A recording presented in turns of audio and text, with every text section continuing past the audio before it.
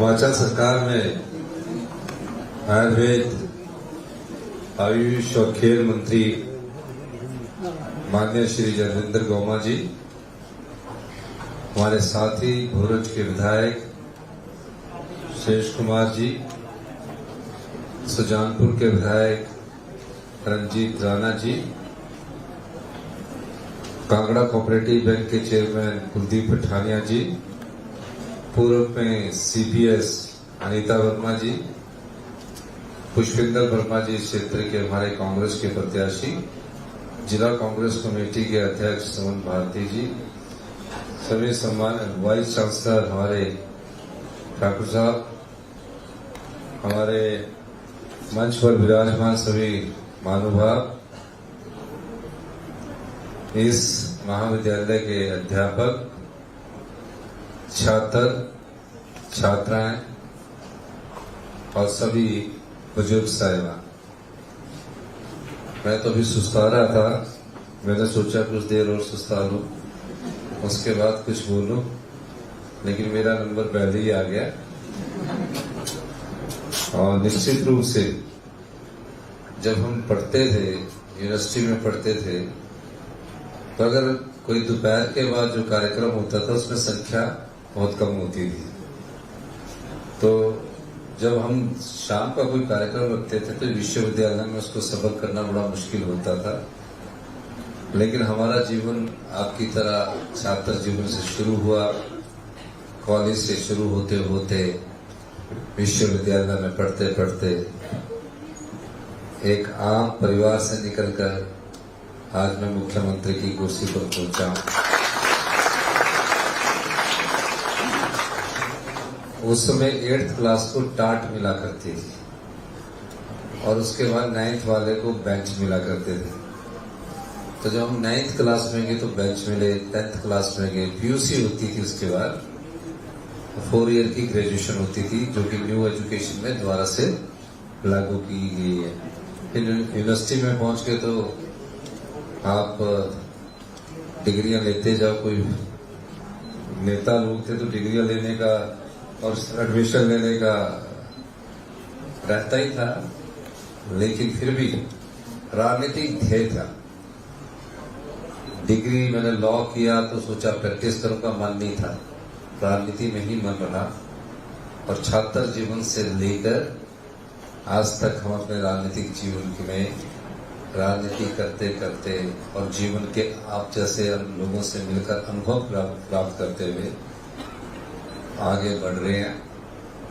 आप जानते हैं कि 20 महीने पहले हमारी सरकार, जब सरकार बनती है, बदलाव में हमारी सरकार बनी, तो जो अधिकारी होते हैं वो एक लेखा जोखा हमारे पास रखते हैं। और मैं तो पहली बार सीधे मुख्यमंत्री के पद पर पहुंचा तो मुझे अधिकारियों ने कहा 11 दिसंबर 2022 के बाद 3 दिन बाद मेरी इनके साथ बैठक हुई, पूरा हिसाब किताब लेकर आ गए और कहा कि आपके पास अगले 1 महीने में सरकार का खर्चा चलाने के लिए भी धन नहीं है। और जब मैंने पूछा, अभी तो हमारी सरकार बनी, अगर दूसरी सरकार बनती तो वो कैसे चलाते, तो एक ही जवाब था कि कर्जे पर सरकार चल रही है। तो मैंने कहा अब भी कर्जा लीजिए। तो उस समय मैं रात को सोच रहा था कि अगर हम भी रूटीन की तरह सरकार चलाएंगे तो भविष्य में युवाओं को क्या देकर जाएंगे, युवा पीढ़ी को क्या दिखाकर जाएंगे। और हमने फैसला किया कि हमारी इन्वेस्टमेंट जो है, जो हमारा धन है, वो कहाँ ड्रेन हो रहा है, कहाँ लीक हो रहा है, कहाँ भाग जा रहा है। तकरीबन 1 महीने की सोच के बाद हमने उन रास्तों को बंद करना शुरू किया और धीरे धीरे हमारी अर्थव्यवस्था पटड़ी पर आनी शुरू हुई। अर्थव्यवस्था पटड़ी पर आने के बाद हमें एक फैसला करना था, जो हमने अपनी जनता के साथ कहा था कि जो भी सरकारी कर्मचारी है जिन्होंने हिमाचल में विकास की गाथा लिखी है, उन्हें ओल्ड पेंशन स्कीम देंगे। देखिए, हमारी इच्छा शक्ति इस बात को लेकर थी कि आर्थिक तंगी के बावजूद भी हमने 1,36,000 कर्मचारियों को राजनीतिक लाभ ना देखते हुए, चुनाव तो 2027 में होना है, हमें उनके बुढ़ापे को सुरक्षित करने के लिए हमने ओल्ड पेंशन स्कीम दी। कोई राजनीतिक लाभ के लिए नहीं दी, ताकि जब वो बुढ़ापे की जिंदगी जिए तो उसे ये लगे कि सरकार हमें हर महीने एक अश्योर्ड इनकम दे रही है, और उस अश्योर्ड इनकम से वो अपने जीवन की जब तक उसके शरीर में सांस है वो इस तंगी में नहीं रहेगा कि मुझे मेरे पास पैसों की कमी रहेगी, उसके हर महीने अकाउंट में जाएंगे। कई बार फैसले मुश्किल होते हैं लेकिन करने पड़ते हैं समाज के कल्याण के लिए,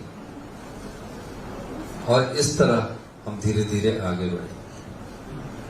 और आज 20 महीने बाद मैं कह सकता हूं कि 2027 में हिमाचल प्रदेश आत्मनिर्भर बनने की दिशा में आगे बढ़ चुका है, और 2032 में, क्योंकि आप युवा पीढ़ी है, ये कहना चाहूंगा, हिमाचल प्रदेश हिंदुस्तान का सबसे समृद्धशाली और अमीर राज्य हो। किसी विषय को अगर आप ध्यान से पढ़ते हैं और उसकी गहराई तक जाते हैं, पूरी लगनशीलता से अगर आप उसको पढ़ते हैं, मेहनत करते हैं, तो नए विचार आपके दिमाग में आते हैं और उसको प्राप्त करने की इच्छा शक्ति आप में और अधिक बढ़ जाती है, और मेहनत करके ये चीज आपको मिलती है। हमारी सरकार पूरी मेहनत कर रही है, क्योंकि वाइस चांसलर साहब मुझसे कह रहे थे, वाइस चांसलर साहब इन्हें भी आपका भविष्य देखना है कि आप हमें क्या कितने पैसे दोगे। गर्ल्स हॉस्टल तो बन गया, क्योंकि हम खुद हॉस्टल में भी रहे हैं, डे बोर्ड में भी रहे हैं, सही है। और गर्ल्स का मुझे सबसे ज्यादा खुशी इस बात की भी कि गर्ल्स, मैं जहां भी जाता हूँ सबसे ज्यादा टॉप गर्ल्स ही कर रही होती है। हिमाचल में भी ये ज्यादा दिखा रहा है, और मेरे साथी जो हमारे छात्र हैं वो भी अच्छा कर रहे हैं, वो भी अच्छा कर रहे हैं, ऐसी बात नहीं है, पर वो भी अच्छा कर रहे हैं। लेकिन एक समय था जब बेटियों को घर से बाहर छोड़ने भी माँ बाप जाया करते थे, और आज एक समय ऐसा है कि हमारे जहाँ छात्र आगे बढ़ रहे हैं वहाँ छात्राएं भी आत्मविश्वास से लबालब हुई है। और ये सब क्या किस कारण हुआ? ये सब शिक्षा के कारण। सोच बदली है, और जनरेशन द्वारा सोच बदली जाती है। तो जब हम मुख्यमंत्री के पद पर बैठे तो आज मैं आपको कहना चाहता हूं, हेल्थ में भी हम सबसे पिछड़े स्थान पर हैं। क्वालिटी एजुकेशन में, जो बच्चों को क्वालिटी एजुकेशन में मिलनी चाहिए, हिमाचल प्रदेश खिसक कर 18वें स्थान पर पहुंच गया है। 5वीं का बच्चा दूसरी कक्षा की किताब नहीं पढ़ सकता। पिछले कल मैं देहरा के एसडीएम ब्लॉक के स्कूल में गया, और आज भी मैं बच्चों को पूछ रहा था, पहले तो उनसे मैंने पूछा कि आपके शिक्षा मंत्री कौन है? 9th क्लास के बच्चे थे, और तो उनको अभी शिक्षा मंत्री का ही नहीं पता था। तो ये शिक्षा के स्तर में गिरावट आकर हमें इसको कैसे सुधारना है, हम इस दृष्टि से भी काम कर रहे हैं। हम Rajiv Gandhi day boarding school बोल रहे हैं। तकरीबन 100 बीघा पर एक स्कूल होगा, जिसमें गवर्नमेंट स्कूल के बच्चे पढ़ेंगे। उन्हें वहां सुविधा खेल की भी होगी, स्पोर्ट्स की भी होगी, और दिन में उन्हें जो आहार चाहिए जिसमें प्रोटीन्स होंगे, सब प्रकार के विटामिन्स उसमें होंगे, तो उस प्रकार का आहार भी हम आने वाले 2-3 वर्षों में उनको स्कूल में उपलब्ध करवाएंगे। अभी हमने आंगनबाड़ी में भी पौष्टिक आहार के लिए योजना शुरू की है। हेल्थ में मैंने देखा हमारे एक भी इंस्टीट्यूशन ठीक नहीं है। कैजुअलिटी में जाते एक बेड पर दो लोग पड़े रहते हैं। और अभी मैंने टांडा में और आईजीएमसी में पहले स्तर पर 2 हॉस्पिटल्स को कहा कि नर्स पेशेंट का रेशियो फिक्स होना चाहिए। पता किया, एक नर्स 12 लोगों को देख रही है, एक डॉक्टर दिन रात काम कर रहा है, 24 घंटे काम कर रहा है। हमने वहां पूरी पोस्टें दी और नर्स का रेशियो 1:6 किया और डॉक्टर की 8 घंटे ड्यूटी निश्चित करने की दिशा में हम आगे बढ़े। सब पोस्टें और जब तक रेगुलर नियुक्ति नहीं हो जाती तब तक हमने कहा वॉक इन इंटरव्यू कर लो या आउटसोर्स पर इंटरव्यू कर लो, आपको इन लोगों को रखना है। हमें सजेशन आया कि जो स्पेशलिस्ट है वो नहीं मिलते हैं। हमने उनकी सैलरी का पैकेज भी 1.25 लाख से बढ़ाकर 1.5 लाख रुपए कर दिया ताकि वो बाहर ना जाए, ताकि हमारे हेल्थ इंस्टीट्यूशंस आगे हो। कई स्कूल है जिसमें बच्चे ही नहीं है 5वीं क्लास तक, एक भी बच्चा नहीं, स्कूल खोले हुए हैं और फैसला हमें करना है। तो हमने 5 से कम संख्या वाले बच्चों के स्कूलों को मर्ज करने का निर्णय लिया। जहां 0 एनरोलमेंट है, सिर्फ टीचर ही है, उन स्कूलों को हमने बंद करने का फैसला किया। क्योंकि आप बच्चों को अच्छी शिक्षा देना चाहते हैं और +2 तक तो आपकी बेसिक एजुकेशन, मिडिल एजुकेशन और हाई एजुकेशन अच्छी होनी चाहिए। इस दृष्टि से भी हम अच्छे काम करने की सोच रहे हैं। और कॉलेज में देखते हैं कई टीचरों की पोस्टें खाली है, तो हमने कहा कि इनिशियल स्टेज पर, आरंभिक स्तर पर आपको हम चाहे आवरली बेस पर कोई भी व्यक्ति चाहेगा, अगर कोई छुट्टी जाता है 2 घंटे की, तो उसको पढ़ाई की सुविधा घंटे के आधार पर हम उसको दे देंगे कि लेक्चरर को 1,000 रुपया पर पीरियड काम देने की योजना ला रहे हैं। ये टेम्परेरी होगा जब तक परमानेंट नियुक्तियां कमीशन के माध्यम से नहीं हो जाती। तो ये सब लागू हम करने जा रहे हैं। अभी हमने 850 स्कूल एक्सीलेंस के बनाने के लिए निर्देश दिए हैं और हमारे पास, हम किसी के खिलाफ नहीं है। हम चाहते हैं कि जो प्रिंसिपल बन जाता है, जो उस सब्जेक्ट का स्पेशलिस्ट बन जाता है, उसको भी एक आधी क्लास पढ़ानी चाहिए ताकि हमारी जो टीचरों की अभी कमी है उसको हम पूरा कर सकें। उसी तरह हॉर्टिकल्चर और एग्रीकल्चर की बात करना चाहूंगा। 70% हिमाचल की जनता गांव में रहती और ग्रामीण अर्थव्यवस्था को मजबूत करना हमारी सरकार का प्रमुख लक्ष्य है। ग्रामीण अर्थव्यवस्था मजबूत कैसे होगी? जब गांव के लोगों के हाथ में पैसा है। आप हमारे 2 बजट देखिए, उन 2 बजट में हमने अपनी दिशा को तय किया है। पहले बजट में हमने कहा है कि 31 मार्च 2026 तक हिमाचल प्रदेश को हम हिंदुस्तान का ग्रीन राज्य बनाएंगे। क्लाइमेट चेंज का इतना ज्यादा असर हो रहा है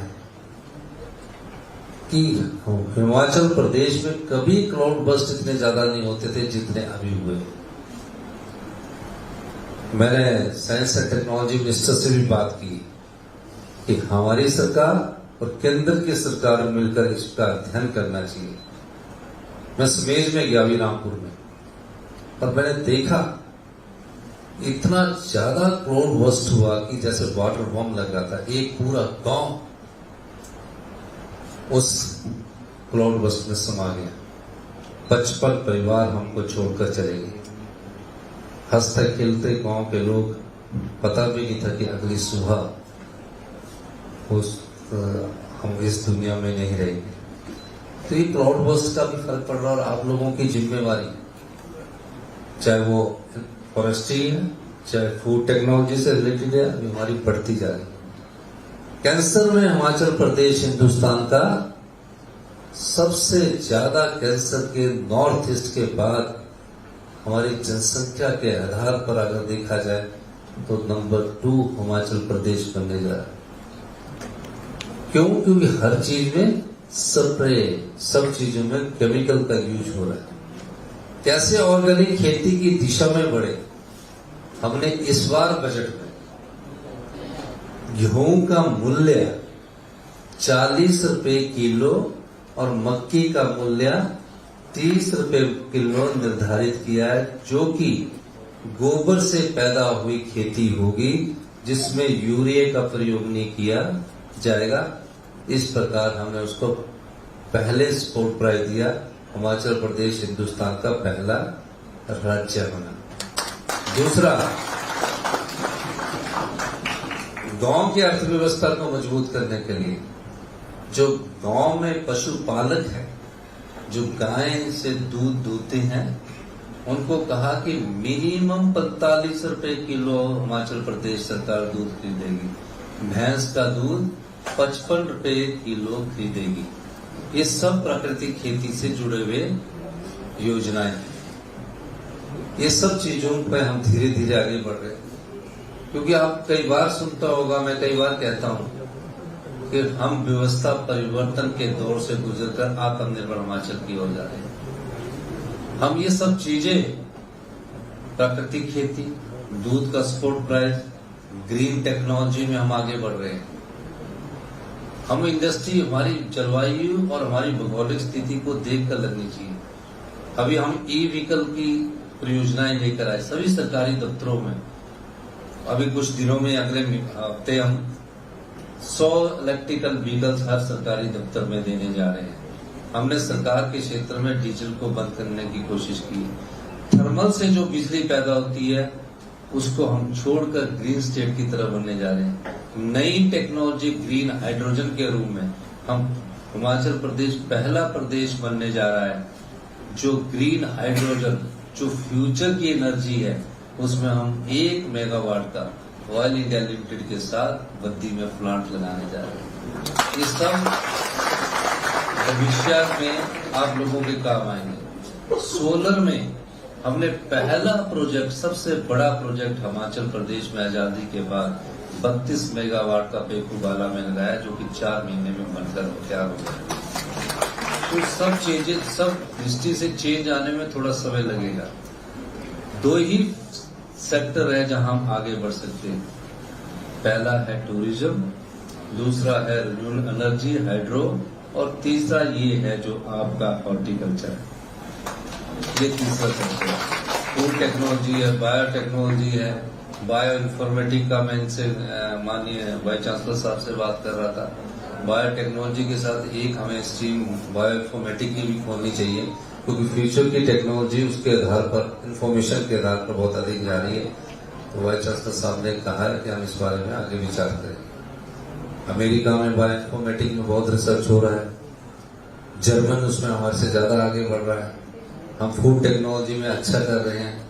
तो ये सब चीजें भविष्य की चुनौतियों के साथ और भविष्य की सीख के साथ आपको आगे बढ़ना है। ये सब चीजें आपके भविष्य से जुड़ी है और आने वाले समय में काफी पोस्टें हॉर्टिकल्चर से रिलेटेड निकलने वाली, क्योंकि कई हमारे प्रोजेक्ट्स पाइपलाइंस पे है। उन प्रोजेक्ट्स को पूरा करना है, कैसे करना है, वो भी मैं वाइस चांसलर साहब से बात कर रहा था कि जो हमारे वर्ल्ड बैंक के प्रोजेक्ट है वो यूनिवर्सिटी को रिसर्च करने के लिए दिए जाएं और यूनिवर्सिटी में नर्सरी के लिए दिए जाएं। तो मैं उसमें अभी कल परसों अपने जो हॉर्टिकल्चर डिपार्टमेंट की मीटिंग लूंगा, तो उसमें आपको मैं बुलाकर उन्हें डायरेक्शन में दूंगा। इन्हीं शब्दों के साथ मैं खुद एनएसयूआई में रहा हूँ, छात्र जीवन में रहा हूँ, युवा जीवन में रहा हूँ, क्योंकि मैं जिस भी जीवन के पड़ाव में गया वहां मैं राज्य का अध्यक्ष रहा। तो जो इन्होंने कहा है हमारे वाइस चांसलर साहब ने कि यहाँ बॉयज हॉस्टल भी होना चाहिए, और आज जमाना कोविड का है और अच्छी बात है, होना चाहिए, इसमें कोई दो राय नहीं है। तो मैं 2 करोड़ रुपया आपके बॉयज हॉस्टल में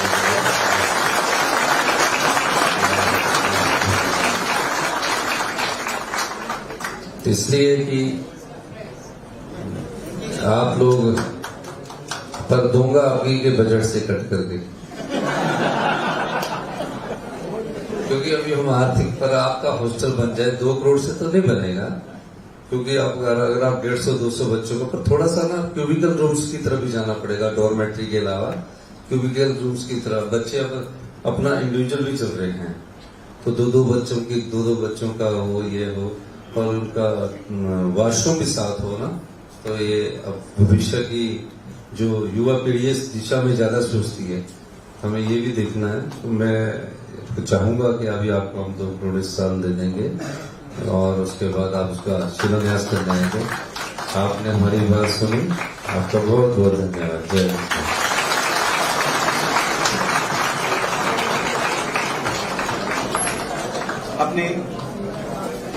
अपने प्रबुद्ध विचार इस सभा के साथ साझा करने के लिए आपका बहुत बहुत आभार।